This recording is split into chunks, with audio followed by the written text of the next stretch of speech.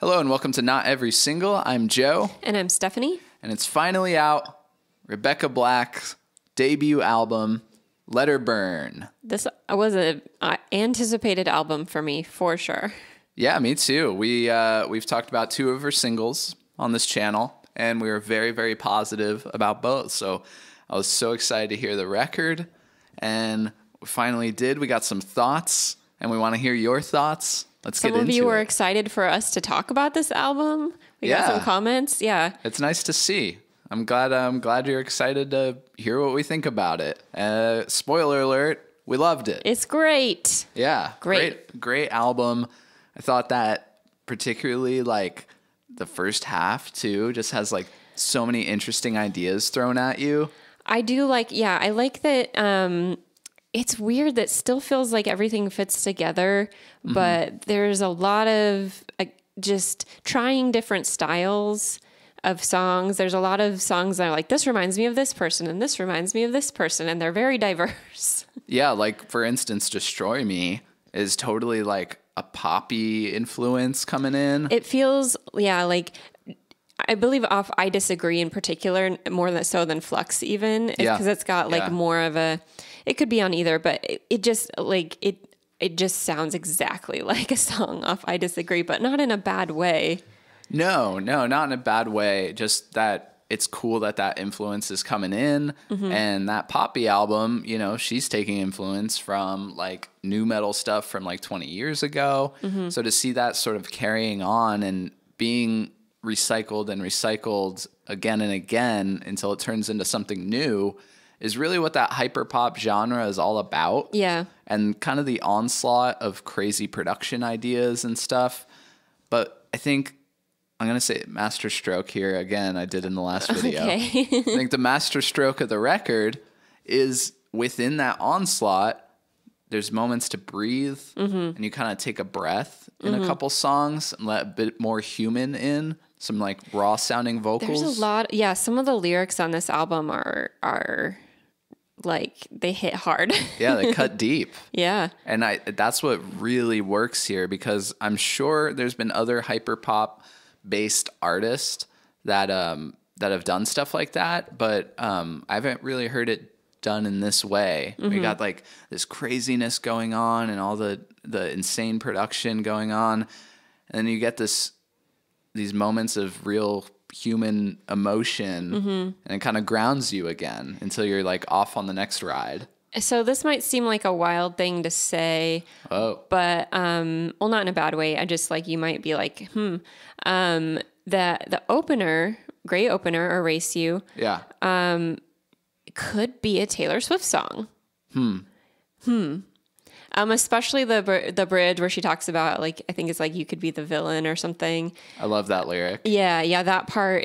It's especially if you we both listened to Midnights, and I think there was some like little peppered through that album, little like teasers of like darker Taylor and more weirder Taylor that I was bummed didn't get explored further. Sure. And so this scratched that itch for me, where it was that kind of like pop song, good songwriting, but a little weirder and like better production. Yeah, like where Taylor could possibly go. I mean, she doesn't have. She can do whatever reality. She wants. That's just what I want her to do. I'm one person, but this really scratched that itch for me. That I kind of wished Midnights had gotten further into. Interesting. And it also reminds me that like this is kind of a breakup record. Yeah. Which I didn't know. And you get a little bit of indication on Sick to My Stomach when that was a single. Yeah. But the more you listen to it, it's like this album of like almost not regret, but like rethinking this whole relationship and breakup. And that's also really cool to hear in this genre. Yeah. Yeah, it's like there's always this post-mortem period. Post-mortem, that's, yeah, exactly. After you break up with somebody, and then there's the like, did we break up? Are we getting back together? And like in Sick to My Stomach, like particular, she's like, I don't want to get back together with you, but I'm jealous. Like, relatable. And is it the not the closer, but there's also the one of thinking like, oh, you moved on. Like I kind of thought I would be the one to. Yeah. What wasn't? I thought that was "Sick to My Stomach." Oh yeah, that's right. Yeah. We're talking about the same song. Yeah. That the lyrics there, I got to sort of just hear and examine a little bit more this time around in the full context of the album. Because before I was just distracted thinking it should be in Top Gun. Yeah. But now just really like sitting with it and seeing, the surrounding songs and how it works in the album, like it hits even harder. Yeah. There were some, oh my gosh, some like lyrics on here that I thought were so beautiful. And even something like Crumbs, which is this like dark production and such a cool song. And then you listen to it, you're like, that's also dark. A dark place we've all been in. Like you could make a mess and I'll pick up your crumbs. Like there's nothing you could do to make me love you less. Like what? She's now proven to really have the ability to get deep and dark into relatable emotions while writing a cool, fun, catchy hook. Yeah, I meant to look more into like the songwriting process and the production and like how all that worked and how involved she is in like the actual songwriting. But I'm sure it's looking back at her discography, this is her first full album, but I think it carries on. I think she's consistent with the way that she writes her lyrics. And I think this is kind of the top form for sure. I'm really impressed with the long game she's sort of playing too. She came off of the whole Friday thing and then kind of spent a decade working with different producers, putting out interesting singles.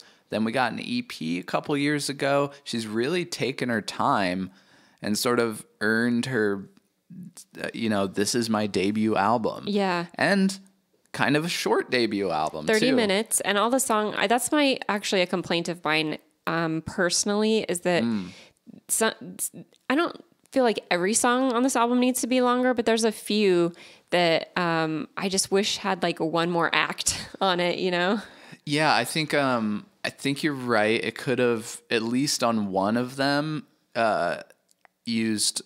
It's like the album could use a centerpiece. Yeah. Just like right in the middle, like a longer. I want like at least a 4-minute song. I don't think there's a 4-minute song on this album. It definitely doesn't overstay its welcome. That's for sure. Yeah. Yeah. I mean, it's good. And you got 30 minutes of people's attention and leave them wanting more. That's not necessarily a bad thing. Also in this genre, you have to consider, especially for headphone listeners, the ears get fatigued. Yeah. And with all this crazy stuff going on in records like this, it can sort of get fatiguing, which is why it's good that it has a couple of moments where you can take a breath, and that it's good that it's not too long. But maybe a little longer would be nice. Maybe like 40 minutes. Well, while we're saying our one complaint, okay, you get one. I also have one. I have one little issue, maybe not even a complaint, just what I'd like to hear more of in the future, which is like some more vocal variation. We talked about that one song sounded a lot like Poppy.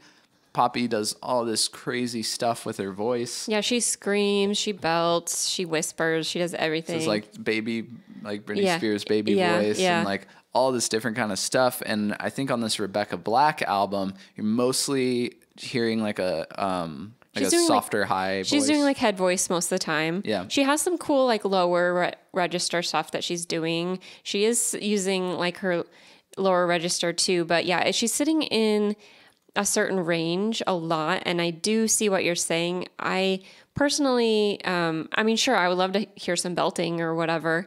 But I do think there's a lot of, the more you like listen and like sort of focus in on how she's singing, there's a lot of variation. It's subtle variation. It's each song she's singing differently.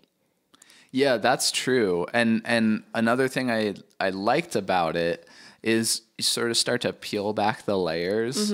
And by the end, you're left with a completely exposed raw vocal that has like nothing on it and left very vulnerable. Very vulnerable. Yeah. That performer. And so yeah. it's like a process that happens through the record. You start out with a lot of effects on it and all this stuff going on. And yeah, you slowly peel back the layers until you're left with just her singing like completely unaffected. I mean, I'm sure there's like some compression and EQ if you want to get technical, but you know what I mean? Yeah. And she's, you know, she's doing that thing where like she's thinking about all the words that she's singing, even if she's got like lines or little verses that don't have a lot of variation, then like something else will happen here and there. And there's sometimes even those like little head voice, almost like quieter things are harder to sing because those little like leaps around the notes can be very tricky if you're singing like that. So it is, I think it's a very impressive vocal performance. I do think there could be more variation in just like which parts of her vocal range that she uses. But I also think she's doing a lot here, and it's kind of smart. It's kind of like, it's like the dark pop thing. It's kind of like the Billie Eilish thing. It's like the whisper pop that's been around forever. Like that's something that you can do a lot with. And then, you know, talking Billie, then she goes on to sort of start to explore more bigger vocal belty stuff in her next record. Yeah. So I would love to see that from Rebecca Black. I'm sure there'll be like even more experimentation on the next album, which I already can't wait for. I know. Come on. When's it coming? Also, I demand a tour of Rebecca Black and Poppy. Oh my gosh, it would be the greatest tour, and a song with both of them. That would be killer. Imagine like they're singing and live "Destroy You" and Poppy comes in and sings on "Destroy You." Oh, it'd be so good. I have a few more notes on like specific songs than you do. So I just want to mention like "What Am I Gonna Do With You?" Oh, that was cool. Yeah. It's kind of like this mix of like. Did you feel like there was like a glam rock element to it, sort of? Or like a... I actually wrote something very different, which was 90s sensibilities, like the songwriting of Garbage. Okay, yeah. I was trying to like pinpoint what it was I was getting from it, but like the percussion and the guitars at certain points in that album. Yeah, I think Garbage is really like a good comparison. Maybe like talking... I'm not sure what album I would say, even maybe like slightly later Garbage, like Bleed Like Me. Yeah. But and then it brings in this like very dark pop, sort of modern dark pop, where we always say like we thought dark pop was going to be the big, huge next thing. And it sort of didn't happen, but you get little bits of it in songs like this, and it makes me excited. Well, if you want dark pop back, just wait for our album to come out. Yeah, that whole minimal dark pop thing of Pure Heroin by Lorde, Billie's first record. Yeah, it didn't really have the staying power that I expected. So it's cool to hear it touched on and expanded upon. Yeah. So anything else you got? You had some more particulars. Not really. I mean, I just like took a little notes on certain songs that weren't like really super insightful. Just like Cry Hard Enough. Because it has, so it's like comes in like synthly dreamy pop. Yeah. And then it has like, speaking of strokes like we did in our last album, it had this like voids-ish. Yeah, a little bit. Breakdown with that, because it brings in like the sort of world music, like I think it was like Indian influenced, and Voids does that kind of stuff a lot. So I thought like at first it came in, I'm like, what is happening here? And then it went on a little bit, and I thought, okay, that's cool. Yeah. That's like out of left field. That's something like I want on an album like this. It's not just straight up hyperpop at all. There's all this other stuff going on. You're not just like resting on, okay, this is what a hyperpop album sounds like. Yeah, I hesitate to even call this a hyperpop album. Yeah, I mean, we have been through this whole video, but I think it still fits in the genre. But it's definitely taking the genre and running with it and trying new things with it, injecting that humanness into it. humanness, humanity into it. I can always count on you to correct my Not made up always. words. And then ends on Performer, which I have to say it's not my favorite song. I have some issues with it. I think it's a bit repetitive. I think it's a bit half-baked.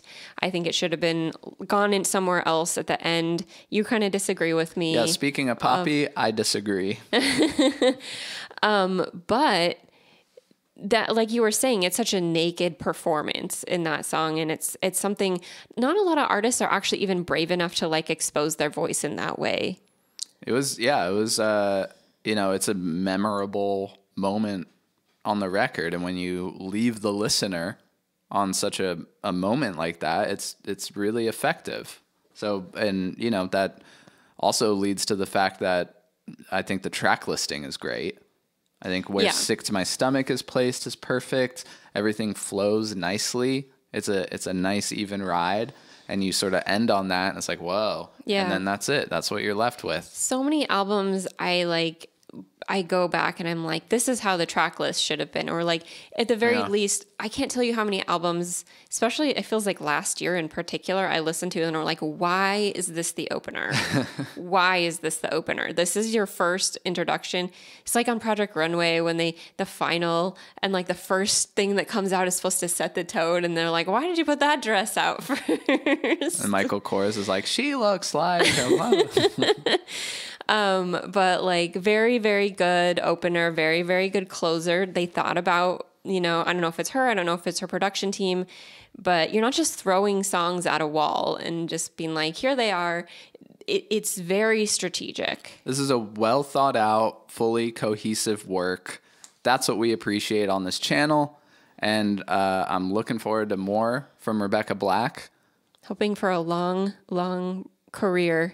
Yeah. Interesting start to a career, but I mean, it's barely a thought anymore. We're like 12, 13 years on from Friday, and it's nothing. It's a blip. It's a footnote.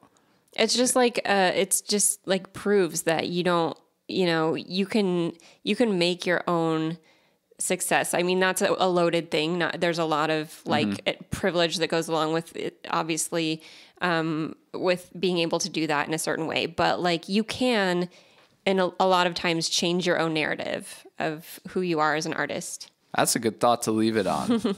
And you all can do that as well. If you had a Friday in your life, everyone can move on from it, make their own future. This is Not Every Single. I'm Joe. And I'm Stephanie. Thanks so much for watching. Stick around and subscribe if you want. Got a couple more fun videos coming out soon. So we'll see you next time. Bye.